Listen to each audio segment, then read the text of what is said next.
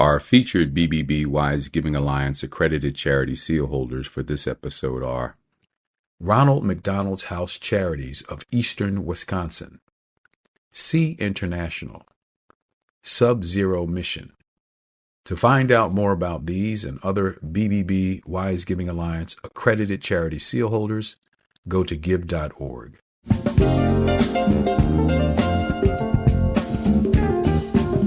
You're listening to the Heart of Giving podcast with Art Taylor, powered by bbbgive.org. Here we explore the motivations that form the basis of giving and service. We inspire generosity and celebrate the transformative effects that giving and service have on the human spirit and on community.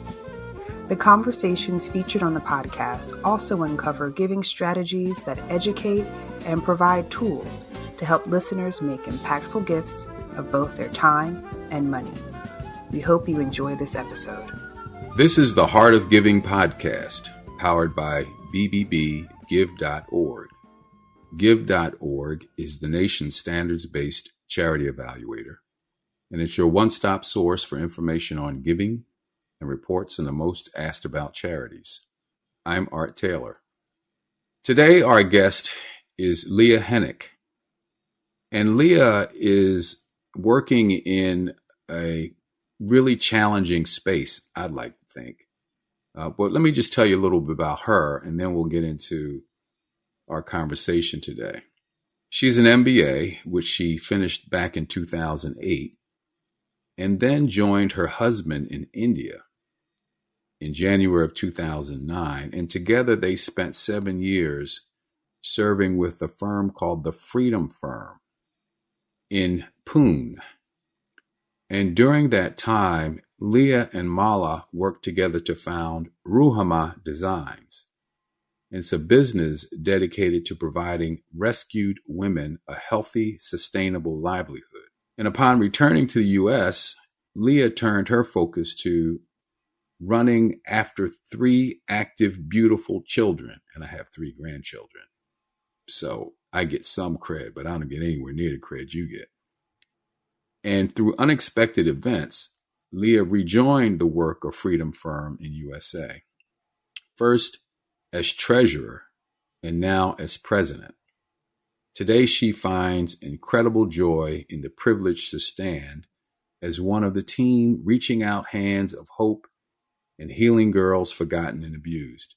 So we're going to talk about trafficking with Leah. Leah, welcome to the Heart of Giving podcast. Thank you, Art. I'm happy to be with you today. Well, there's a little bit in your bio about how you all got started with this, but it's not quite sufficient for what I'd like to know. So I want to figure out, if you don't mind telling us, where did this impetus come from? First, to go back to India and work with the team that you worked with, and then to come back to the United States and focus on it on a more full-time basis. Well, ever since I was a kid, I had a heart for speaking up for those who had no voice, for fighting for justice, for being a protector. I had a younger sister, I always felt like a second mother to her. But as I grew and as I started to figure out where I wanted to go in the world and what I wanted to study, what I truly wanted to do was come alongside an organization to help to support and enable and empower their vision.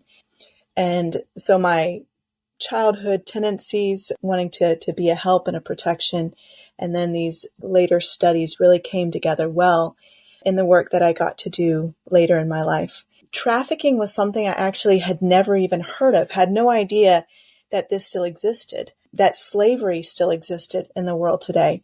And what's incredible is when you look at trafficking, you hear those statistics that actually we have more slaves in the world today than at any other point in history, which tomorrow we celebrate Juneteenth, which was the end, the official end of slavery in the United States as we know it. And yet even in our own country, we know that there are oppressed, that there are those enslaved.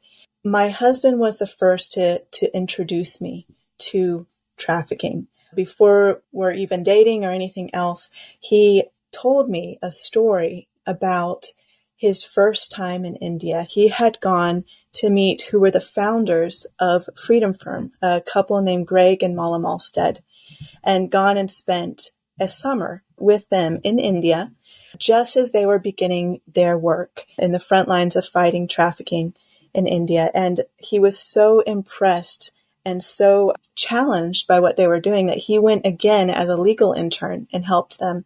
And then he had just finished law school when he decided to seek a position, to seek a job with them. It was at that point that I met him. And so he's excited. This is his vision for his future. This is where he's headed.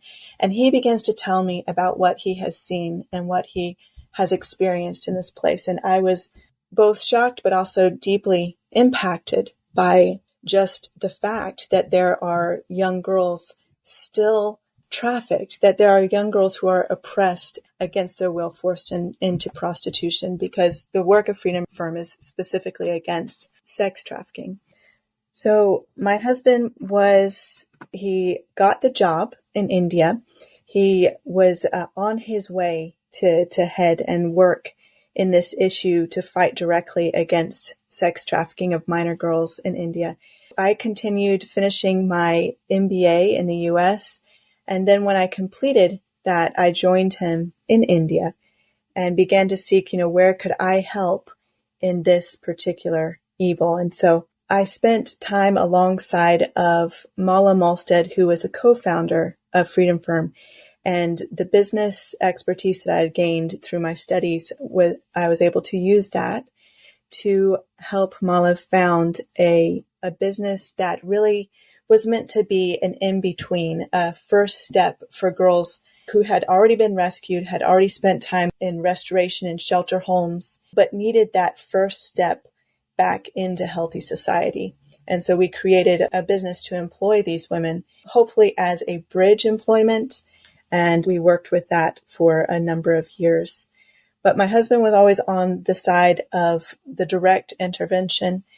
Freedom Firm does specifically rescue, restoration, and justice is their goal. And so they seek and rescue girls directly from trafficking and then continue to follow them along those roads. So Leah, tell me then how the organization is structured and what its specific mission is. And we can get into some of the programming that you do as well. But let's talk about that for a minute. So Freedom Firm is unique in that it was actually founded first in India. It has an Indian board of trustees. The organization operates from there, and they have the goal to end child sex trafficking in India. So it's a very specific focus of sex trafficking of minor girls and the location being India. And they've always had a mobile team method of just going to wherever the problem is, addressing the problem. And then once there is enough cases in a particular area, then they will form a local office to continue to address those. But otherwise, the team continues to move and go to wherever the problem is to address it. And so they go throughout India. Today, we have 6 regional offices, and the teams in those 6 regional offices will travel a circumference around each of those offices or travel to other regions to support those teams. Wow. When I think about this issue, it kind of makes your stomach turn to some extent. When you think about what could be happening to young children, girls in particular here. But it also means that there's a fair amount of courage to deal with these really bad people that has to happen. Mm-hmm.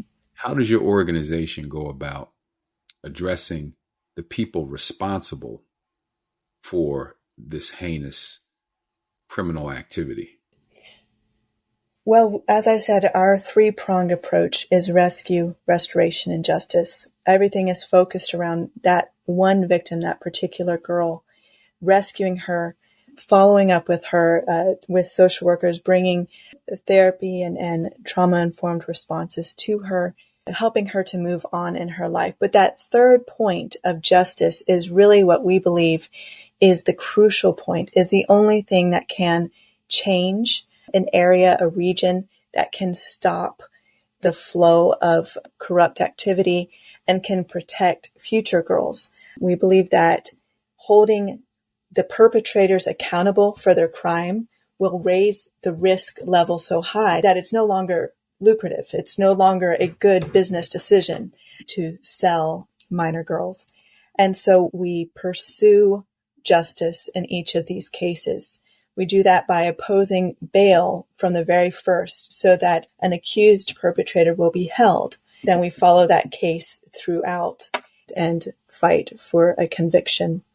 You know, statistics are sometimes difficult things. You can pull numbers from different points to say different things. But this was a pretty hard number and statistic that we found in our work, which was that 89% of trafficking cases in India end in acquittal, not conviction, acquittal. 89%. 89. And so sometimes it's a catch and release. There's not always the will to uphold the law. The laws themselves in India are actually very good. There's no issue with what is on the books. The issue is with the implementation of that law. And so our team comes alongside to guide the police department through, these are the sections that you should be adding to the charge sheet. We come alongside a public prosecutor to say, let us help you with case law. Let us help you with other examples that will help to strengthen your argument. We come alongside of the girl, the victim, to strengthen her and help her to have the courage to be able to speak up, because we know that it is through her testimony that the conviction can occur.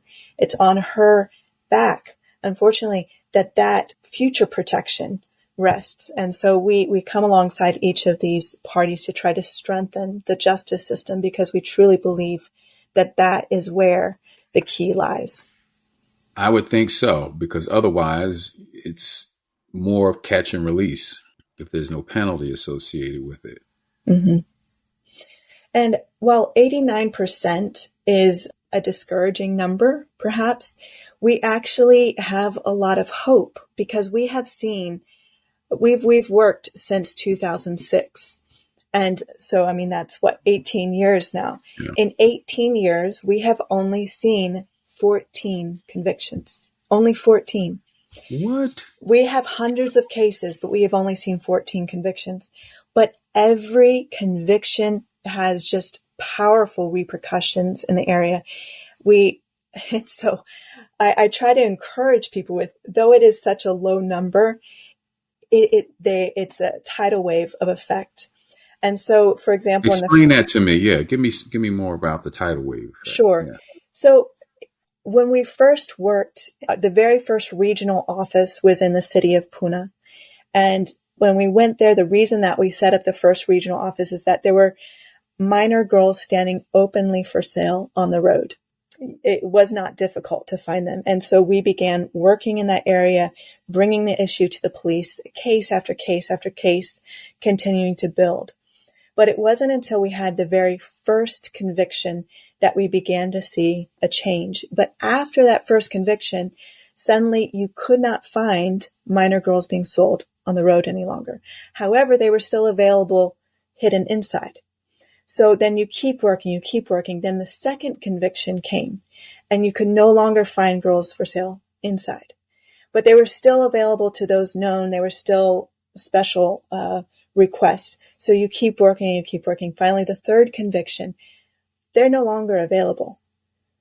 It has moved. The cost and the risk has grown so high that they know they cannot do that in this city any longer. It changed the region. We've seen that in other regions. We saw it in a very, very difficult region of Nagpur. When we began in the city of Nagpur, the corruption was so great. These were the youngest girls we had ever seen, just standing openly. And again, it was a catch and release of the girls. And it was a revolving door. They were being rescued And then within 2 weeks, they were standing back on the road again. And so we had to continue to address that system. And it took about 5 years until we reached a tipping point in that area. But now we've been working in Nagpur for 12 years.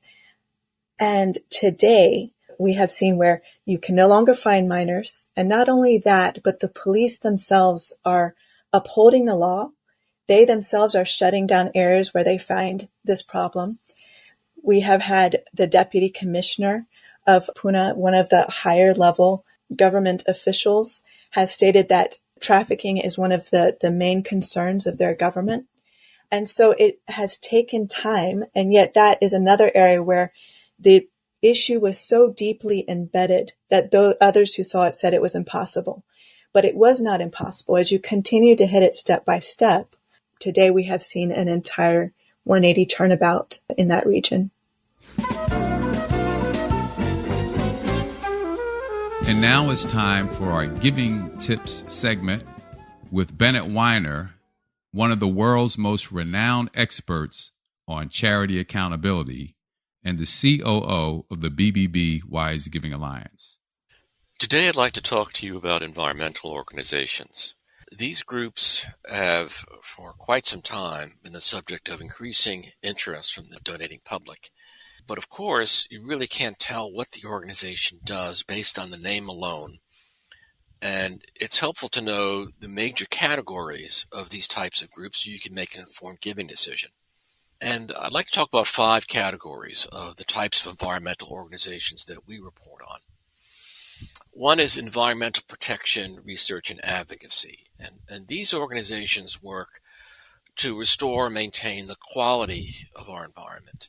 A wide range of activities such as research, influence on public policy. They may tackle issues ranging on pollution and other areas. But environmental protection, research, and advocacy is the first category. The second is natural resource conservation. And charities in this group are dedicated to safeguarding natural spaces and resources from abuse, neglect, and waste or exploitation. And these groups can work dealing with forest land or deserts or wetlands or rivers, oceans, and other environments. The third category is environmental education. And here, organizations are engaging with people to address issues concerning nature or building appreciation for the environment and a variety of approaches in that area in the classroom or with the general public. But they are dealing with, again, educational objectives about the environment. Fourth is raising funds for various environmental causes. Some charities may actually serve as a conduit in which you give to them and they distribute donations to a number of environmental charities in different areas. And that's another approach that some organizations use in raising funds for this cause. And finally, the fifth area is wildlife protection and endangered species. And these organizations may seek to influence public policy or enhance natural ecosystems to promote laws that protect a particular species and things along those lines. Those are 5 different major categories of environmental groups that one can consider. Of course, when considering donating to any environmental organization, I encourage you to go to give.org to see if the subject charity meets the 20 BBB charity standards. I applaud your doggedness to make sure that you stuck with it long enough to make the kind of change. And this is an area that I like to discuss with some of my guests, because we see in our society people who want to make change, but are often frustrated by how long it can take. And they look at the problem and they say, it's intractable. I don't have the time. I don't want to spend my entire life. I thought I could just get into this and fix it right now. And people right now are probably thinking, well, what can I do to change my community? And they may not have a sense of how long it takes to really create lasting change. What was it that allowed you to persevere in this way? And what was your thinking really when you got involved? Were you one of the people who thought, we can get in here in a couple of years, we can turn this thing around? And if you did think that, what was the point at which you said, it's probably not going to happen tomorrow, but we got to stick with it? Yeah, there were definitely the ups and downs of fighting fighting trafficking. My first year in this work was the darkest of my life. I can honestly say that. I had never seen such evil. I had never seen such discouragement. I had never seen such darkness. And so it was a difficult place to come out of. But after about a year, where you just kind of see, one step forward, two steps back, fighting against those you thought were on the same team with you, corruption where it should not be. After seeing all those things, finally, after about a year, I began to see glimmers. I began to not only see the darkness, but I began to see glimmers of hope. I began to see an officer who was willing to do the right thing, who was willing to stand up against corruption, even within their own bureau. I began to see a girl who was willing to change, who began to have hope for her future. It was these small glimmers that began to give you hope that, hey, something is happening. There is hope. There is the possibility of change. And so it is that doggedness. You refuse to give up and you keep pressing forward. And when you do that, eventually you see change. And so it by no means is it easy or quick, yet it's also not complicated. It's not complicated. Say more about that. More about that. It's not rocket science to figure out what to do. Freedom Firm's work is not very complicated. We do rescue, restoration, and justice. And we refuse to move and we refuse to back down. And so. But you're talking about police forces, right? You're talking about people who are government officials who are standing in the way of the safety and freedom of little girls. And many of them are probably, would it be fair to say they were profiting from this too? Or would that be outside the realm of? I think it would be fair. It would be fair to say that. Okay. So you're fighting a system. You're not just fighting some thugs. Well, thugs in the system, thugs part of the system. That takes a lot of courage and it takes a lot of fortitude to deal with that. So I want to understand from your perspective, where does that come from? Because maybe you were threatened. I don't know. I can imagine. I could certainly see you feeling at some point, maybe these people will come after me because there's a lot of vested interest, even if not physically, they may come after you in a lot of different ways to try to hurt you in some way, to try to discredit you for what you're doing. Yeah, we have certainly faced all of that. I'd like to tell you about two of our staff members in leading up to that. But one, her name is Asha. Today, she's the regional director for our work in Nagpur. And her name actually means hope, which I love. It's a great comparison of who she is.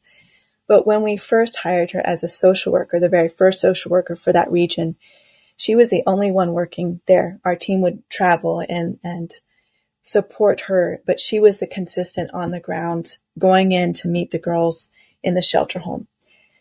And then the team grew around her. When I first met her, I thought, she's too nice. She's too simple.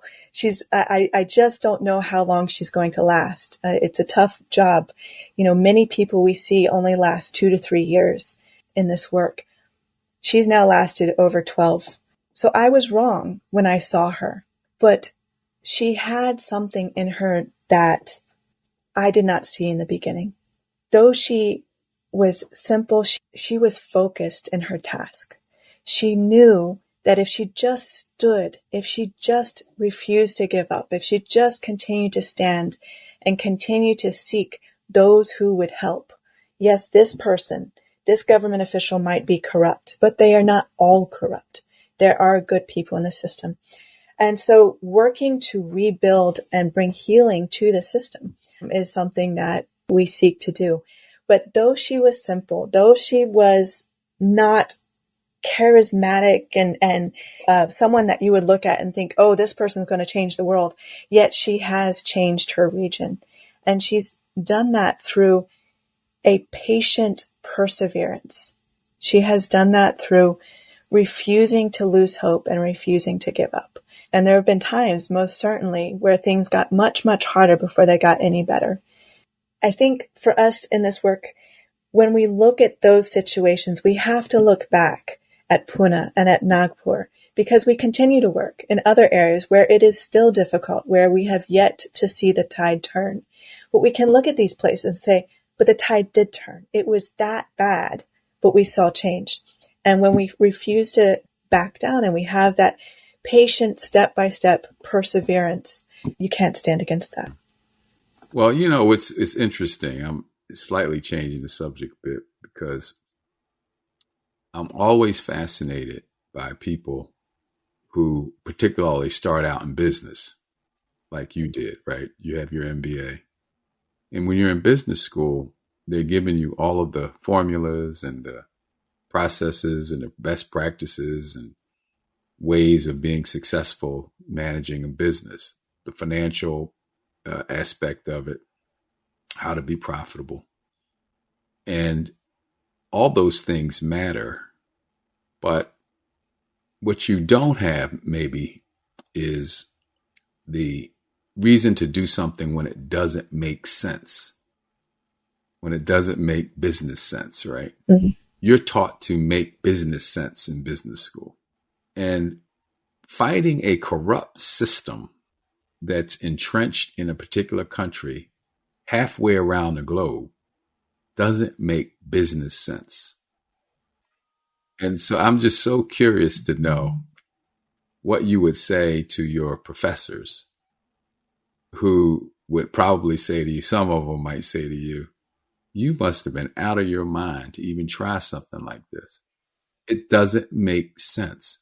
But that's the difference between thinking with your brain and acting maybe with your heart. And even in business, I guess you have to have some of that, right? You still have to be willing to take risks, but your risks are calculated. Where's the calculation in this? I don't see it. What I see is someone saying, screw it. We're just going to save these girls, whatever it takes. That doesn't make business sense. Where does that come from? I think it most certainly comes from an internal motivation. And I can share with you that my own internal motivation is that I believe every person has intrinsic value. I believe that I personally am a Christian. And so I believe that God has given intrinsic value to every human being. And that no human being has the right to oppress another. It's when we devalue humanity, it's when we say someone is an other or a subhuman that allows atrocities to occur. And so, but that's not the truth. The truth is that we are each intrinsically valuable. And so whether you ever fully fix the system is really not the question. That's your goal. That's your goal. Our goal is to end child sex trafficking in India. Will we ever see it completely eradicated? Perhaps not in my lifetime. But that does not negate the fact that every single girl that we work for has intrinsic value, and that no one has the right to imprison, oppress, hurt, make her into a commodity. And so it is that belief that carries us forward, that we are not just working for the changing of a system, but that we are working for a life. And that starfish analogy is much overused, but it is true. It mattered to that one. There was an incredibly encouraging moment for me recently. My husband and I moved back to the U.S. 8 years ago, after we had spent 7 years in India. And, I've again been able to work for Freedom Firm from the U.S. side, which is just such an incredible privilege for myself. But when we were in India, it was still in the dark, difficult days of the time in Nagpur, the days when the girls were a catch and release. We rescued one girl 3 times until we finally were able to transfer her to another location, another home where she was able to be kept safe. But I never heard the end of her story. I didn't know, was she released again? Did we lose her? Because that happens. We lose battles as well as win battles. And so recently I was talking with Asha, who I mentioned, and just asked her, do you know whatever happened to that girl? Was she lost? Is she back in prostitution? Is she dead? Could happen after 12 years. And I asked her, I said, do you know what happened? And she's like, yes, she is the encouragement to our work. She today is married, has 4 children of her own. Her husband has a prosperous farm. They're building their own home. She sent me some pictures of a time when they had visited her recently. And this girl was showing things she had sewn herself. And I was overcome with gratitude that we didn't give up after 1 time or 2 times or even 3 times. We continued to fight for this girl, and it made a difference in that girl's life. And so after hearing that story, I thought about, what if we had given up after 2 times? What if we said it's too hard? She would not have this beautiful life that she has today. And so again, full circle, hindsight's 2020, but when you get to have that long view of what has been accomplished in a region because of perseverance, of what's been accomplished for a particular life, you can honestly measure and say it was worth it. And it helps you to press forward. Leah, tell me organizationally how you go about planning this work. So do you get together at the beginning of the year and say, we're going to work a region, or we're going to look at where the problems are and we're going to focus our resources here? How do you rationalize the work that you do and the resources that you have and deploy them?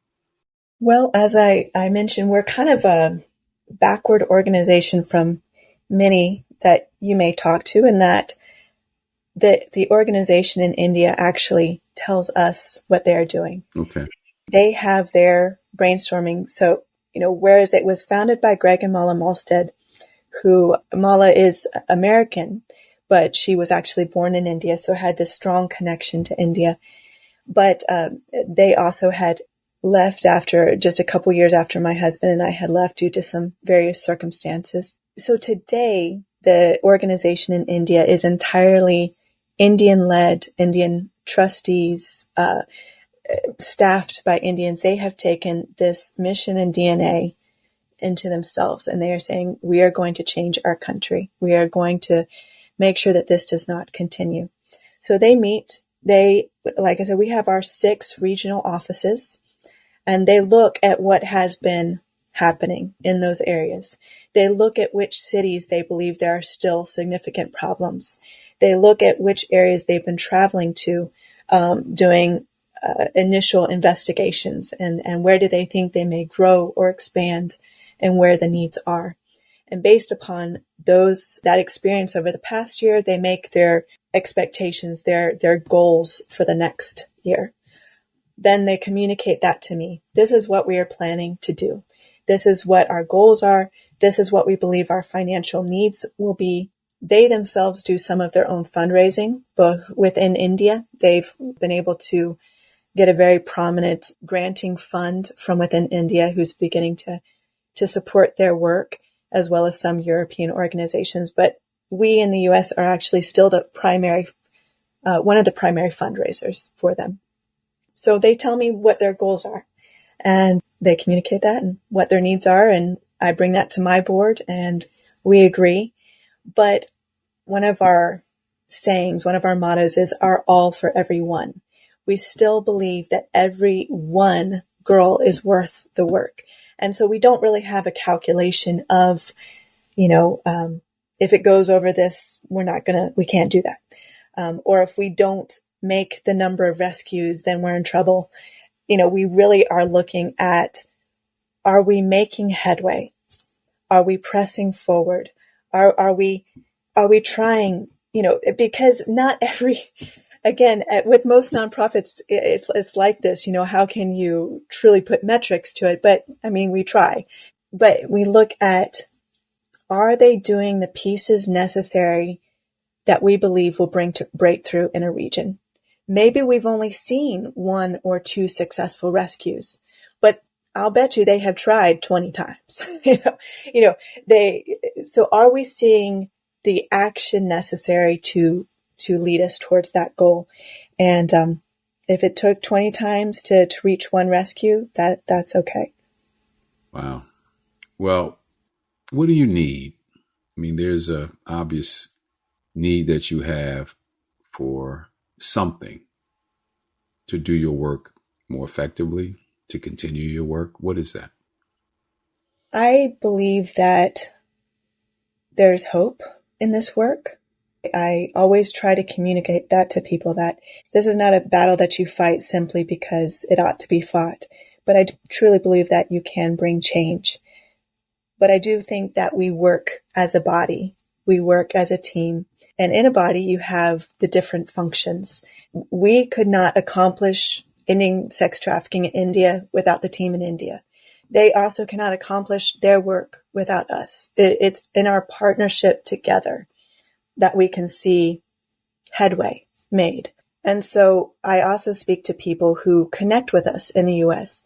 to give them hope that it's not only lip service, but that they truly, truly are a part of this team, of this body. And that as we pull together, whether it's through prayer or finances or raising awareness that this is an issue, because still many people don't realize what an issue around the world trafficking is. Each of these pieces work together and each person works together. And so I do invite people to join us financially, to join this team, but also to join in whatever way they can. If they can't do things financially, then please help us to spread awareness of the issue. If they are a person who prays, please pray for the strength and the perseverance of our team. We are upholding them together. Well, to all of our listeners, let me just tell you, you've heard an amazing testimony here about what's going on with child trafficking in India and what's being done about it by the wonderful heart that you've been listening to, Leah Henck, and her family of supporters and family of teammates that are working there. And you've also heard her request to you to be supportive in any way that you can be. And I just want to say to Leah, persevere, stay with it. And we're so glad that you stuck with it this long, because you've made a difference and you're making a difference. So this is the Heart of Giving podcast, and this is a weekly show. We bring a new episode every week. And if you're listening for the first time and you'd like to get involved, you can do so by subscribing to the show. We really appreciate that. Also, if you'd like to make a contribution, you can do that by going to our website, give.org, which is the website for the BBB Wise Giving Alliance. You can make a gift there, and we will certainly appreciate it and put it to great use. Thank you for listening, and we'll see you back here next week. You've just listened to the Heart of Giving podcast with Art Taylor. Be sure to tune in next time for a brand new episode. To listen to our other interviews, visit heartgiving.podbean.com. That's heartgiving.podbean.com. Subscribe to our show on major podcast platforms. The thoughts and opinions expressed on this podcast are the views and opinions of the guests, not those of the BBB Wise Giving Alliance or program affiliates. This podcast is for information and educational purposes only and is copyrighted with all rights reserved. This podcast is protected by Podbean's terms of service.